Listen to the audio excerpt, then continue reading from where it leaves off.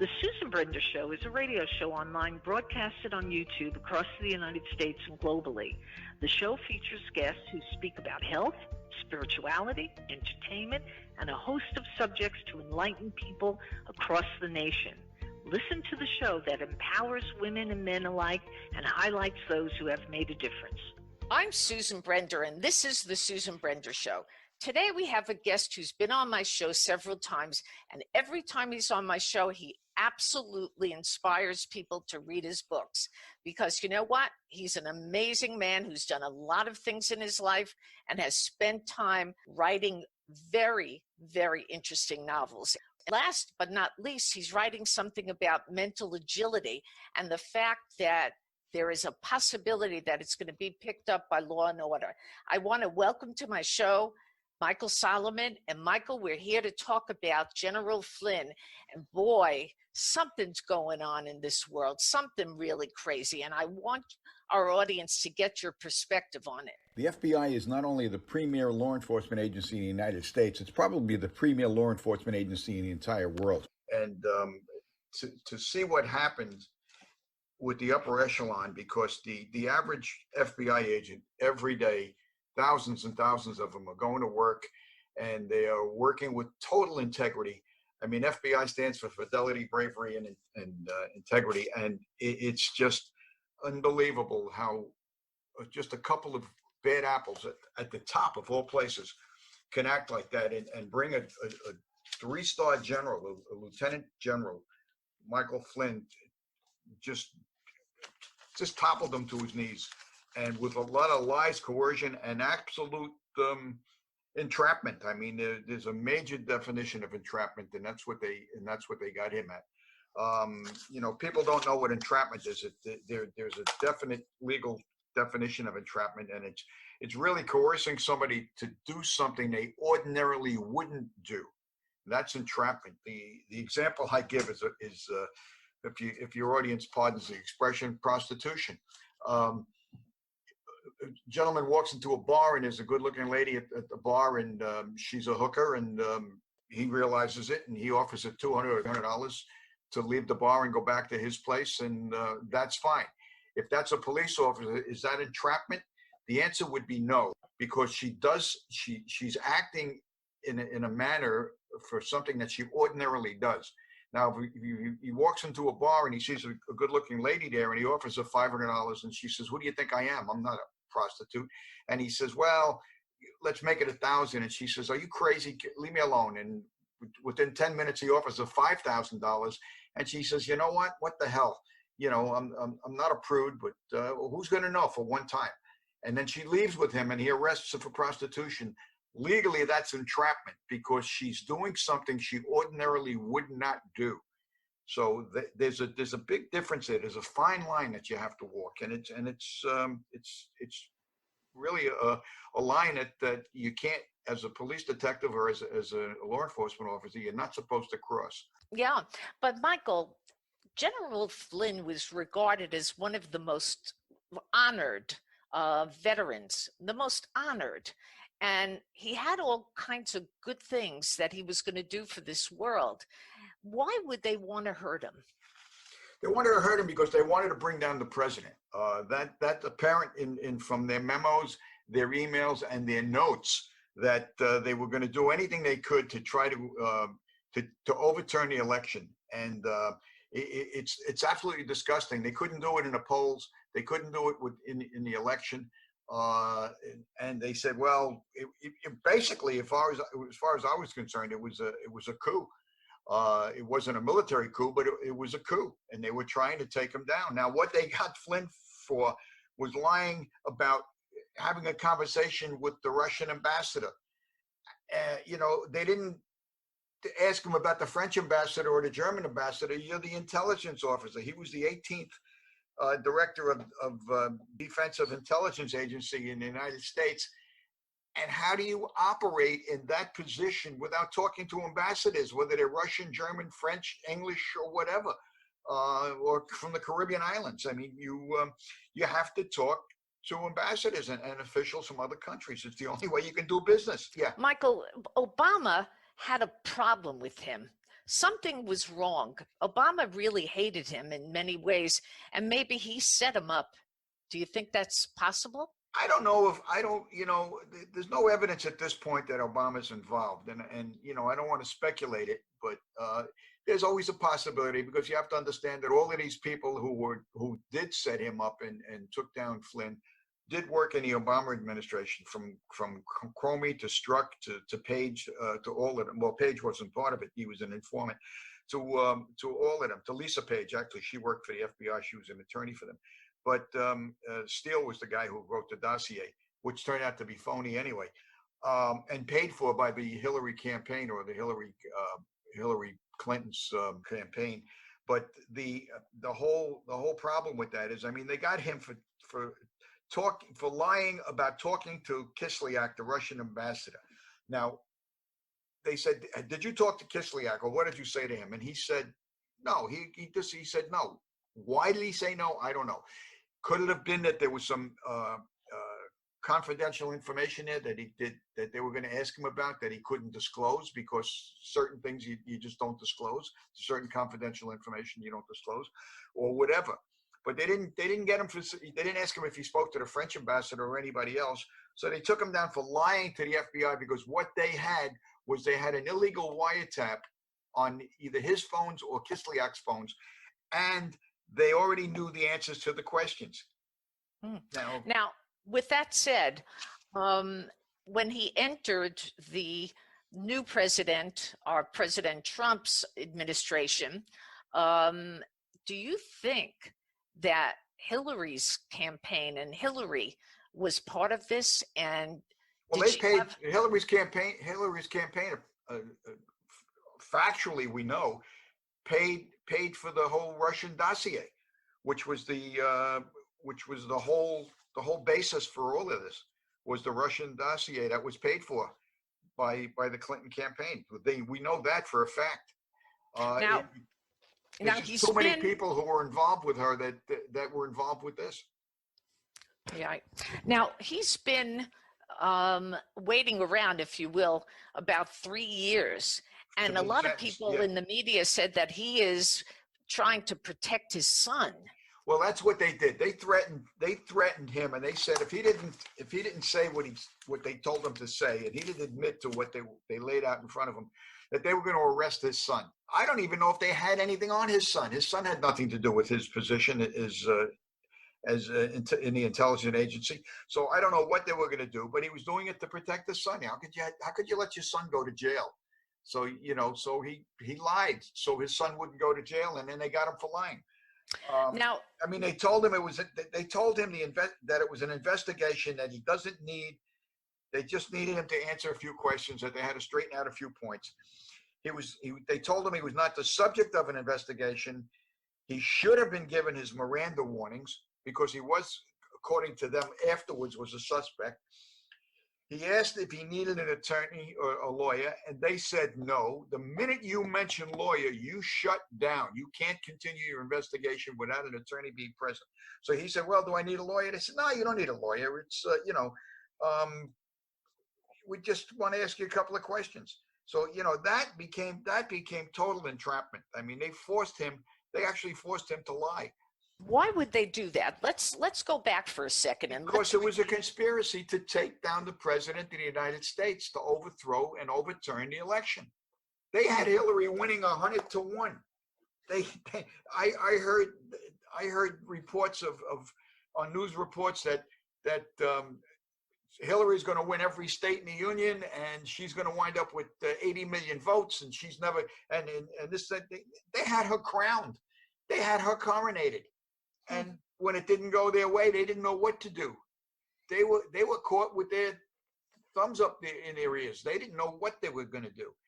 And I mean, the night of the election, when the results came out, I mean, it was nuts. I mean, it's been reported by people who were in the room that Hillary actually took a beer bottle and threw it through a television.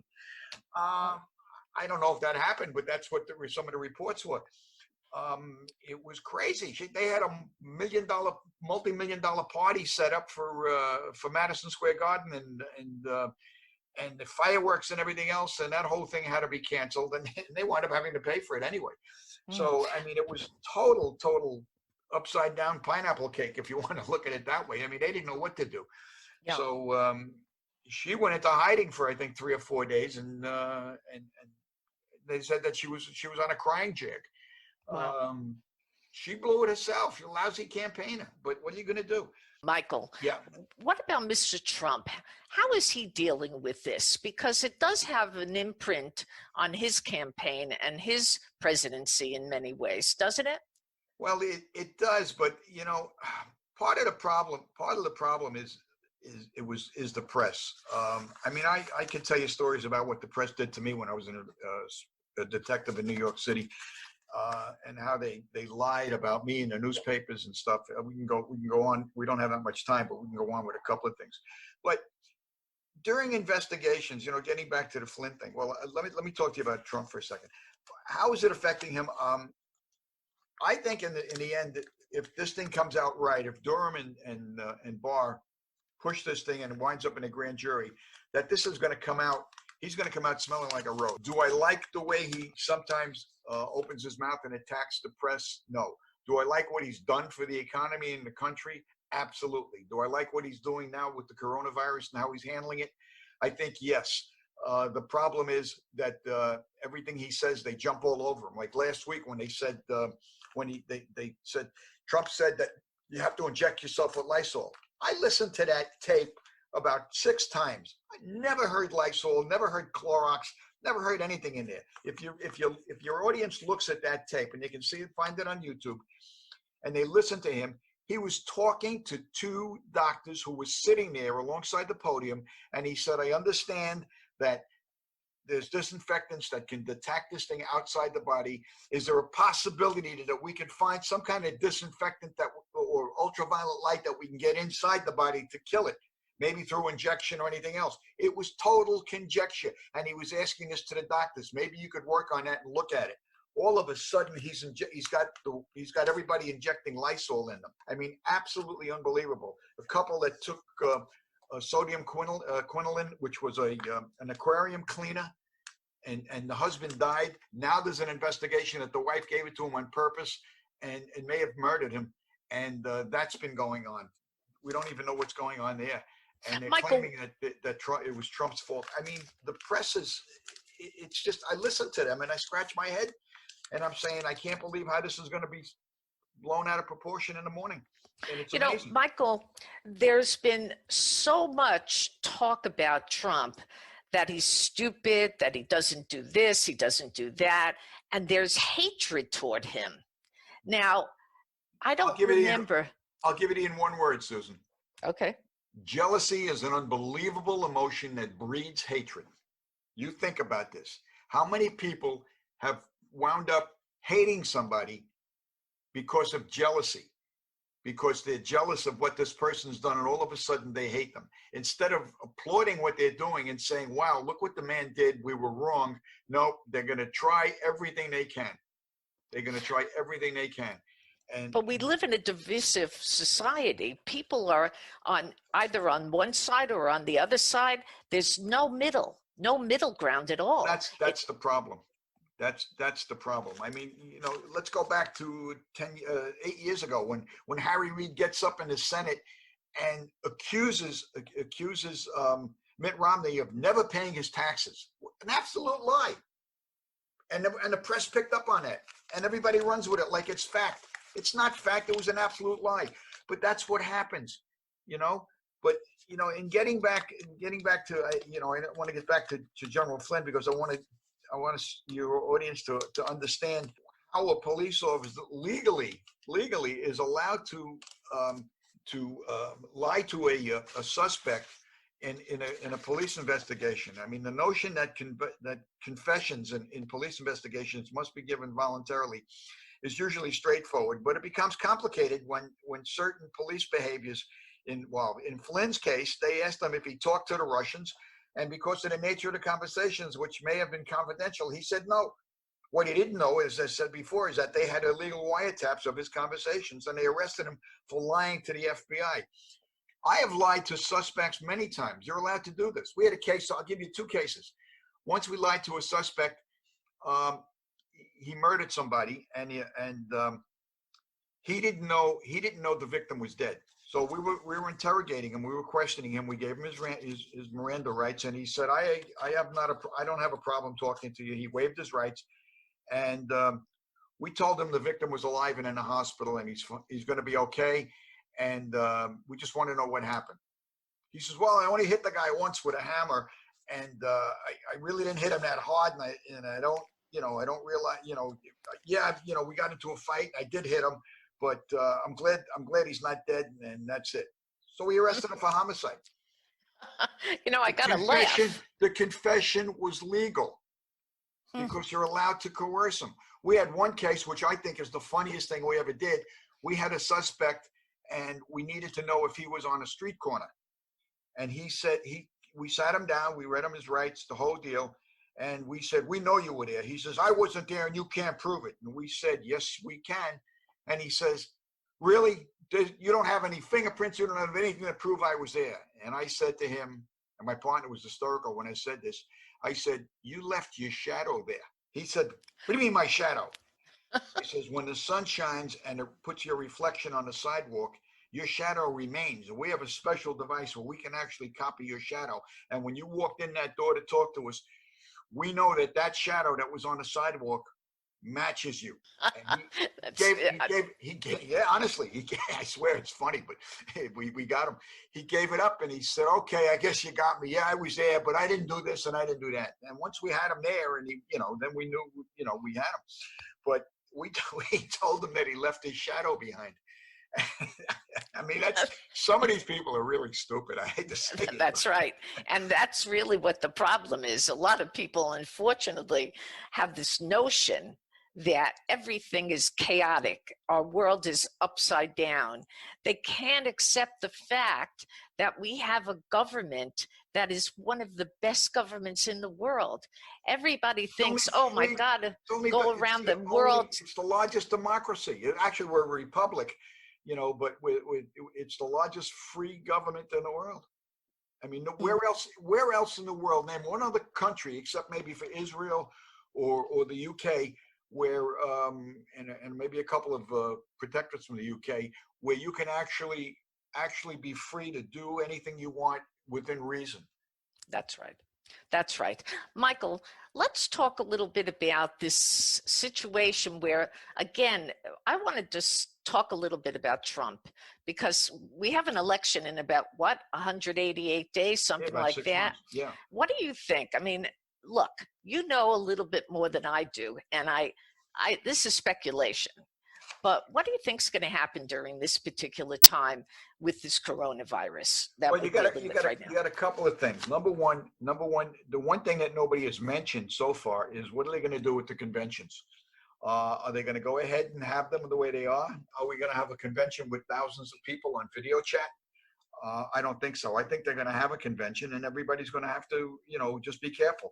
You'll have 15,000 delegates walking around with masks on, I guess. I don't know what's going to happen. They may postpone the conventions, put them off for a couple of weeks, which will cut into the campaigning time, because once the conventions are over, once the second convention is over, there's only 8 weeks of campaigning. My personal opinion is I think that Trump is going to win re-election for a couple of reasons. In the history of presidencies in this country, especially with the economy, Clinton dubbed the term, it's the economy stupid. And that was his campaign manager.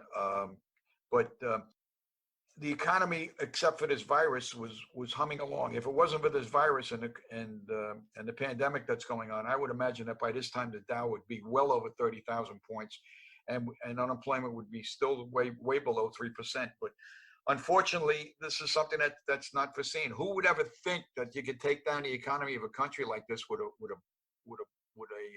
bug? It surprised the living hell out of me.